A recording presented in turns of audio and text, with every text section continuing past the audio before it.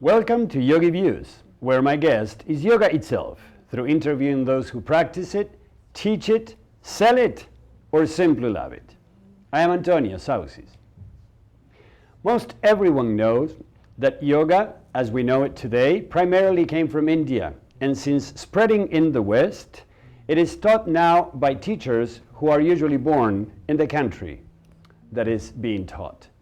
Yet, many Indian teachers, either because they're visiting United States or because they live here, are also teaching yoga.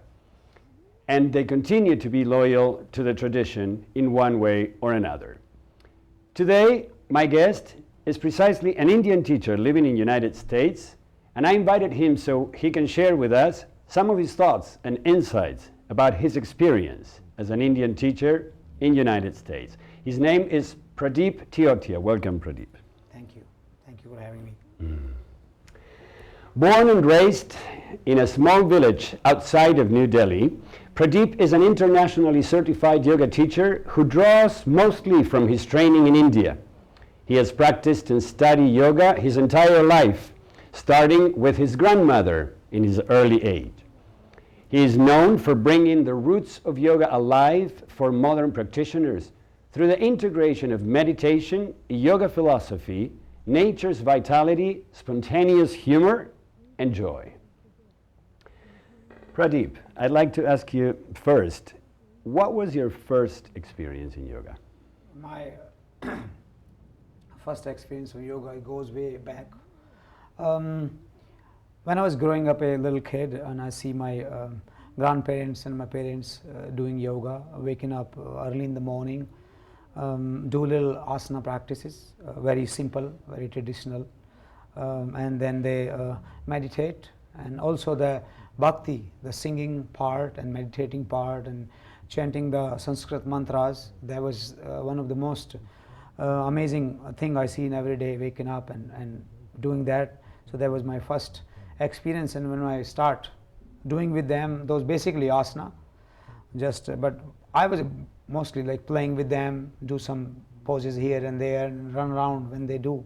But the thing I was doing with them is kind of feels so nice because my family was all around and I was breathing in those and I was doing it. So it's really amazing to being in the environment that grew up and listening those stories about how the yoga become, how the yoga came, and how the yoga changed our lives, listening from them and their devotional parts.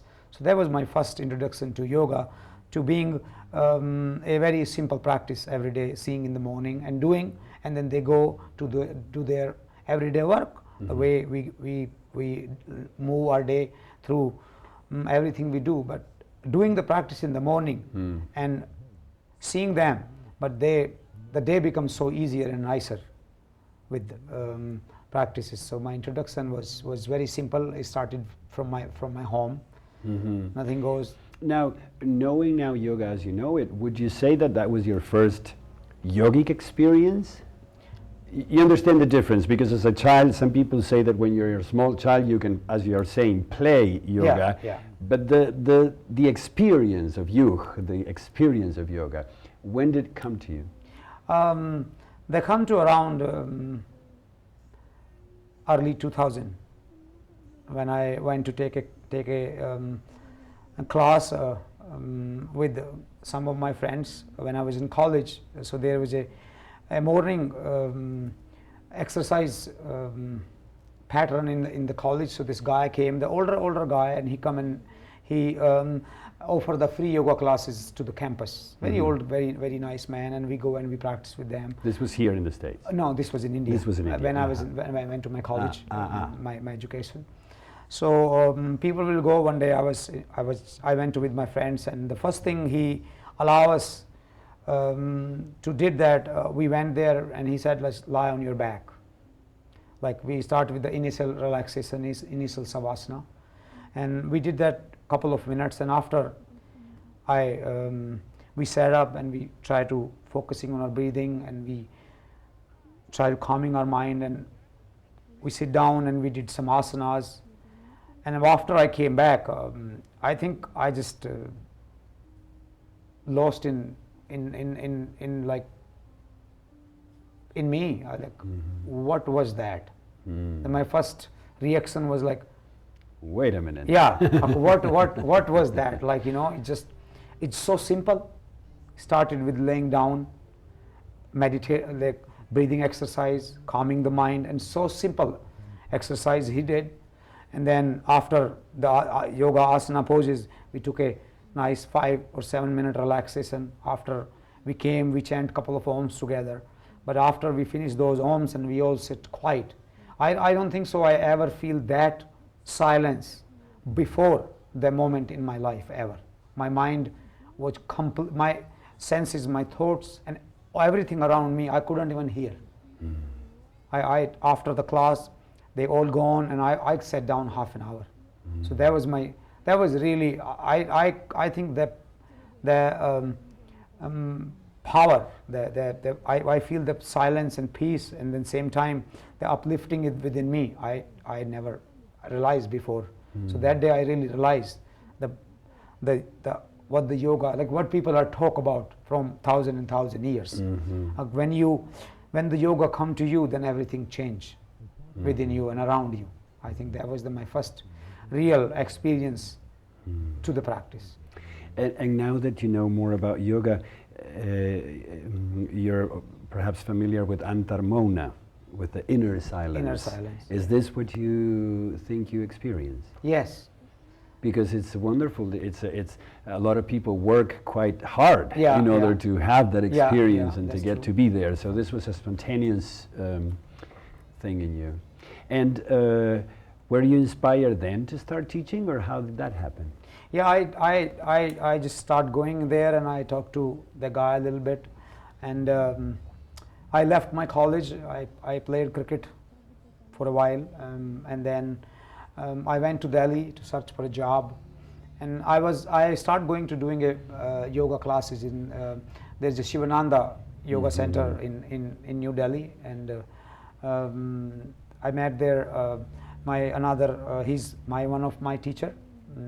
His name is Mani Chaitanya, and he said you should teach yoga, and I was like, no, I just love the practice. I just wanna enjoy the practice. And he's like, no, you don't have to teach yoga, but you can understand more. And I was like, oh, I'm on for that.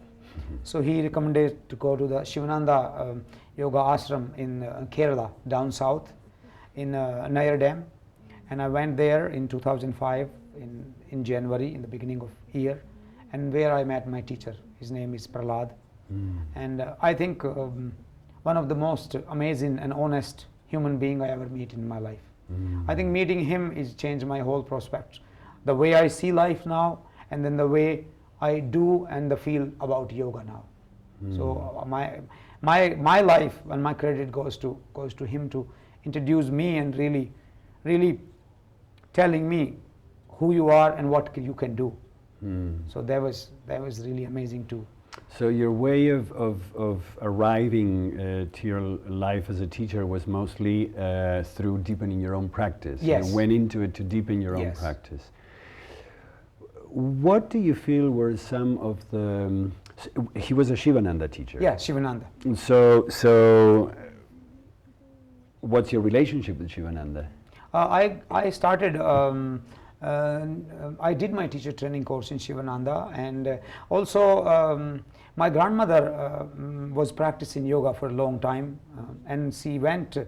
I grew up not very far from Haridwar and Rishikesh, where the yoga was originated in the Himalayas, and my grandmother went there a couple of times to did yoga, and she did the yoga even when the Swami Shivananda was alive in 1940s.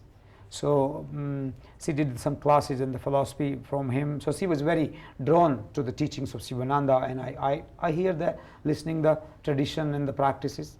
So that's why I was familiar, and I met my another teacher in Delhi, and he recommended me to go to Shivananda in Kerala, in Nayar Dam. Is a very traditional practice.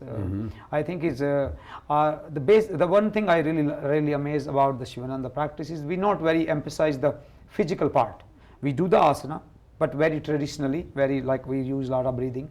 But another, we talk a lot about the jnana yoga, the yoga of knowledge, bhakti yoga, the devotional. So that's the one of the main part in India. It's about the bhakti yoga, the devotion. So because the divine is everywhere, and they're in many forms. So you can't really like explain. For me, sometimes people ask about how you can explain there are many gods and goddesses. I'm like, I don't know. I just grew up with that, and I just believe in. For me, they all the same. The teaching and the purpose is the same, to connect with to each other or with the divine is the higher power. And I think yoga is allow us to connect with that, to allow us to being the moment and allow us to seeing the divinity within and within everywhere. So yoga is one of the main aspect, feeling that. So you wouldn't necessarily consider Shivananda your guru? No, I do. I do. I never meet Swami Shivananda, and then he's one of the another disciple started Shivananda Yoga centers in India and around the world. His name was Vishnu Devananda. Good. I never meet him too. He died in 92 or 94. We have just produced a show about the yoga farm. Oh, which was one of the favorite places of Vishnu Devananda. I lived there. I lived there too in Grass Valley. In Grass Valley, yes. Yeah. Your family, as you were telling me, also was when they were practicing in the morning as you would wake up, they were practicing the Shivananda yoga. Yeah, Shivananda yoga and mostly the singing, the bhakti yoga. So they sing those chants in the morning, because they say the chant have the more to do with the vibration. When you talk, you vibrate. So when you they'll say those names, they are very thousand year old, and you just keep saying. So they connected with you create this vibration, and the mind connected with the vibration. So the mind become calm, and you feel like also the chanting give you the benefit of pranayama, because you use your inhalation, breathing technique, exhalation, the breathing technique. Yeah. So. Yeah, exactly. So it's an active form, and after all, you're also singing the name of the divine and the name of the gods and the name of Shivananda. So you're also connecting with your teachers and their teachings. In that sense, yeah. So you're basically formed in the tradition of yoga being a discipline that covers mind, body, and spirit, or that addresses mind, body, and spirit. Yes. Now, as you know, perhaps as yoga popularized or became more popular in the United States and in the West in general, not always is taught as this three-part discipline. Usually the aspects of asana and work are the ones that are mostly practiced. Yeah. What do you think about that? I think people are getting the benefit from the asana, but there's also another aspect in the West. If you see the West very closely, we are basically physically obsessed people. Like, you know, it's you can really see, like we see mostly people are with their physical appearances. If you read the magazines, if you see the TV shows, if you saw, like, not really they like kind of don't talk about the normal people every day. They walk around and live in a different part of the world or the country. They only shows those people they have their, like, you should look like that. So that's why the role models. The role models. That's why the asana, because the asana is very physical part. And if you go to India, it's like my father has a belly, like, you know, and they still do asana, but their purpose is not from the asana to getting a six-pack or too much fit or like that kind of body. Their purpose from the asana to just like bringing the health in the physical body. So when they sit for the meditation, so then they don't have to feel their ankle hurt or knee hurt or lower back or shoulder. So they can sit down and they can really watch their thoughts and allow the thoughts to calm down, slow it down. And if the thoughts is not, there's something is not working, then how I should let it go. So that's the basic. Yes. So basically, you're saying that as it is in the tradition of yoga, asana is intended to prepare the body for spirituality. Yes. Okay. So what happens? What do you think happens when yoga is practiced just to look good or to feel good, and the other aspects are not contemplated? No, but do you think it's still yoga? Yes. It is, Uh-huh. because everything is yoga. Uh-huh. They will come because we see how faster the yoga is taking over the world. Because people are feeling the benefit. Yes. They do like a simple sun salutation, or they maybe do just some few asanas, so they feel the differences. They feel the stress level is going down. So they are working their physical body, then their mind become calm, and so that's why when they go out, when they talk about people, they look more peaceful. Then people ask, like, what are you doing these days? And they're like, I'm practicing yoga. I'm practicing, I'm going here. So the more people are attracting, so the people are getting definitely benefit. That's why the yoga is growing in a wide range with the people. So definitely, like asana, and slowly people are getting. So would you agree with the idea that even though some people might not know about the spiritual or mental aspects of yoga, they would be naturally drawn to them because of the practice of asana? Oh, definitely. Uh-huh. 100%. They will, because they will realize after a while there's a subtle changes in the subtle body and in the mind. It's changing. So they will kind of, I see more now when I start teaching here. The people come in the beginning, they are here, and they are like they're everywhere. They're like mind. But you see when after the class end and everybody sit quiet, and you see there's how they say in English, the pin drop silence. Yes. Like 90-minute or 60-minute before, they all was everywhere. Yes. But after like just 90-minute or 60-minute, there's just silence. There's a quiet, and you see that there's a subtle change in people's faces. Like they look calm, relaxed, but they look like bright. So you can really feel them. So I think people are kind of getting, and that's why I think they keep coming. Yes. Because they feel that the difference in their everyday life, in their relationships, in the relationship to themselves, they feel that they can sleep better, they can eat better, and they can think better. Also, they can react differently with people when they have this spiritual practice in their lives. Yeah, certainly. Now, when you teach here, do you include some of these spiritual aspects, or perhaps chanting in your regular classes? Are you still loyal to the predetermined sadhana or practice that Shivananda proposed, or do you mix and match? How do you conduct your teachings? I use a lot of Shivananda practice in my everyday practice, but I also see what people want in their everyday practice, because the way the Swami Shivananda says, adapt, adjust, and accommodate. So you have the place you are, you have to adapt with that, adjust with that, accommodate with that.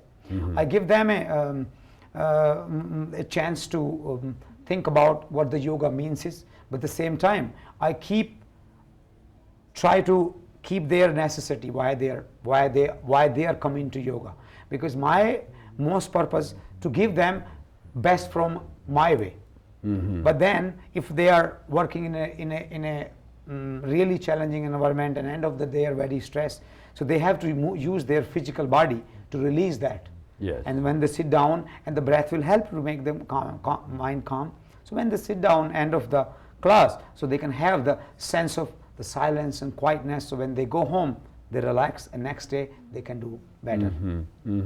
So you adjust your series or your poses a little bit to what your audience is. Yes. But do you include spiritual aspects? Do you name spirit? Do you talk about the divine? Yes, I talk about the divine, and I chant in the classes, and I talk about how the yoga change our everyday life. I also allow them. I also try to remember them. Life is every moment. Life is every day, and that's the way the yoga says pay attention. I'm like, if you're in a yoga pose, pay attention. It's not about the holding the yoga pose, it's about where is the mind. If I'm just holding a simple yoga pose and my mind is not there, They just I'm standing in a line with the 50 people. Then my senses are. But if I hold the yoga pose and my mind is there and I use the breath, there's a subtle change. Sudden, I can feel it when I go to the next yoga pose from that. So there's a calm mind, peaceful breath, and also the body differently. So it becomes easier every time. Well, obviously you do it somehow in the right way, because I have to say that in most yoga studios it is quite common that when there is an Indian teacher rooted in tradition, heavy in spiritual aspects, he has 10 people, 12 people, and then this other hip teacher with, you know, tank top and music and all, they have 100. But in this case, you have a lot of people that come to your class, so it's something you're doing right, that they can accept. I think I'm adapting with that. Like the Swami Shivananda says, adapt, adjust, and accommodate. So I'm adapting what the people really, because my purpose to as much as I can reach, as much people can join the yoga, then it's nice if they're coming for asana. I'm completely thankful for that. I don't need to put my thoughts too much on them. Let their experience, they feel empowered to come and talk to me, like what next? And that I see like every day happen. So like that's I want to give them a challenging asana too, so they can really experience their bodies. But the end of the class, when they sit down, they can feel this sense of silence. So when those aspects you mix up, the sense of silence and the physically strong practice, and they feel the change, they keep coming. But I like always give them, yoga is a practice of a self-discipline. You have to do every day. Half an hour, that's okay. 15 minutes, completely fine. 2 hours, great. 1 hour, amazing. But every day, little bit. Sometime asana, sometime pranayama. Sometimes you don't have time, 10 minutes, just savasana. Put your mat and just lay down on the floor. But do something. Now, I am aware that you also teach in some venues that are in smack downtown San Francisco. These are people that are working in corporate America, and I'm sure you teach other places as well, but I am aware of this. What is your experience with that population? Because they come in the lunchtime, they just have 1 hour, and they're coming running, and how is that for you? Great, because I kind of really appreciate their effort, because like when we work, especially in those environments, it's like working in a financial institutes, you have a certain time to take a break, and in that amount of time, you sacrifice. You can go out and have a nice lunch and go to talk to somebody outside, but the other way, you take the time and come to a place and do something which can nourish your heart, nourish your body, give the peace of your mind, and you can, when you go back, then you can do better. So I really admire those, because their effort is very strong, but their mind it's and they feel the benefit from that 1 hour. So for me, I am very, very focused for that amount of time. And I'm punctual about starting on time, and I'm very punctual about finishing on time, because they have to go and they have to start their work again. So it's amazing to and see that that many people come for that particular time. It's phenomenal. Yes, of course. Now you also have taught in India. Yes. How are the Indian yogis and the American or the United States yogis different? Or the same? What is your... I taught in India a traditional practice, Shivananda. It's very simple practice, so basically there is a structure, 2 breathing exercise, 12 basic asanas. Sometimes we do variations according to how the people are, and that following savasana with the 2 chants, the beginning and the closing. So everybody basically knows about why they're going and why they're coming for. So it's getting life like easier, It's not so physically strenuous practice. Mhm. It's physically simple practice. But when you come to the West, it's changed. It's become more physical. But I can't say that part is better or this part is Yeah. it's not good. It's different. It's different. It's different because in India, yoga is not, the physical part is not really bigger. Like you travel whole India and you can't see a heated class. We already too much heat there, so we don't use the heat. You don't like have a big fancy yoga studios because we don't have the culture. People also don't wear the fancy yoga clothes for doing a yoga. It's just a simple. Maybe I used a cloth for my mat, like a simple cloth, and you do the yoga there. Yes. No sticky mats. No sticky mats. No like all these fancy Paraphernalia. Yeah. Yoga paraphernalia. Yeah, that's true. Yes. If people want to get in touch with you, how can they do that? If people want to get in touch with me, they can touch with me through my website. What is your website? My website is www.pradeep, my name, and yoga.com. So they have my regular classes. I teach here in Bay Area, in San Francisco and Oakland, and also where I'm traveling. So they can see those on my event page. So all the information is Good. Well, I thank you for joining us today and for sharing with us your expertise and your insights about your life as a teacher here. My guest today is Pradeep Teotia. Born and raised in a small village outside of New Delhi, Pradeep is an international certified yoga teacher who draws mostly from his training in India. He has practiced and studied yoga his entire life, starting with his grandmother in his early age. He is known for bringing the roots of yoga alive for modern practitioners through the integration of meditation, yoga philosophy, nature's vitality, spontaneous humor, and joy. I hope you like our show today. And if you care to let me know, shoot me an email at antonio@yogiviews.com. I look forward to seeing you the next time.